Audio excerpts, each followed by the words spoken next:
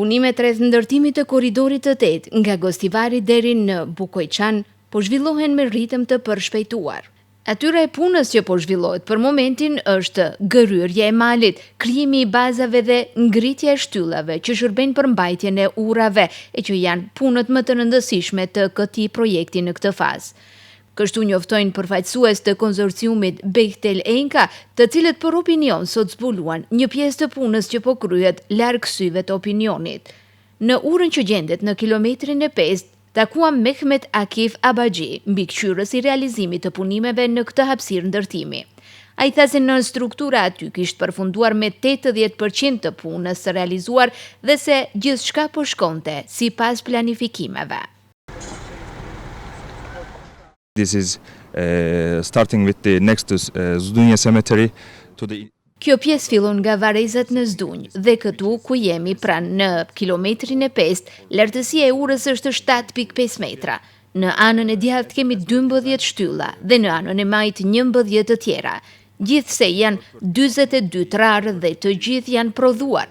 10 muaj më parë filluam me operacionet e vendosjes së shtyllave këtu dhe këtë vit vijuam me kapakët dhe kokat e shtyllave. Në këtë urë, siç mund ta shihni, në struktura jonë është duke u zhvilluar me sukses me 80% të punës së realizuar, deklaron Mehmet Akif Abaxhi. Duke u ngjitur më lart, pas kilometrit të 6, ishte baza e ndërtimit të strukturave mbrojtëse që instalohen në përhapësirat që rrezikohen nga rrëshqitja e dheut. Ato, sipas përgjegjesit të kësaj pjese, Veron Sulo, janë edhe ndërtimi kyç në strukturën mbajtëse. Edhe këtu, rreth 50% e punimeve ishte realizuar me sukses, tha ai. Muret e gabionit janë ndërtim kyç në strukturat mbajtëse. Ato i bëjmë për shkak punimeve të slopit, aty ku ka pjertësi, për çdo arsye në rast se toka bie për poshtë, aty mund të ndalet për erozionin e tokës. Këto janë basketa i quajmë, bëhen montohen aty në terren. Me murin mbajtës për momentin mund të them se është bërë 45%. Kemi edhe gjysmën për ta kryer këtu edhe pastaj të vazhdojmë në Erovanish gabionin tjetër. Në pjesën e dytë të kilometrit të 7 ishte baza e krijimit të materialit ndërtimor. Përgjegjëse në këtë vend ishte Marja Ristevska, si inxhiniere, gurores dhe mbikëqyrëse e terrenit. Нашата улога како департамент тука е да произведуваме агрегати. Ne prodhojmë të ashtu quajtur agregat që nevojiten për bazën, nën bazën e rrugëve dhe fraksionet për beton. Kapaciteti ditor mvaret nga ajo që prodhojmë. Nëse prodhojmë fraksion për beton, atëherë kapaciteti ditor është më i vogël, e nëse prodhojmë vetëm bazë ose nën bazë, atëherë sigurisht kapaciteti është më i madh. Deri më tani është prodhuar afërsisht 300.000 tonë dhe do të bëjmë edhe aq sa ka mundësi.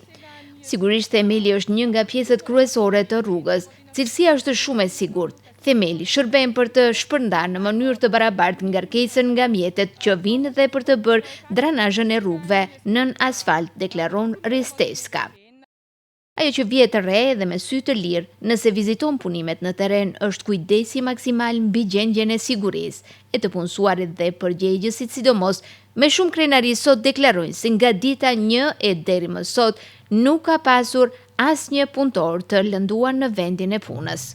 Ndryshe, raporti i publikuar mbi progresin e punimeve në seksionin e autostradës së 8 që po ndërtohet nga konsorciumi Bechtel dhe Enka për periudhën nga 1 deri më 30 prill të këtij viti tregon se 46% e projeksioneve të shpronësimit për seksionin e autostradës Gostivar-Bujkoçan kanë përfunduar.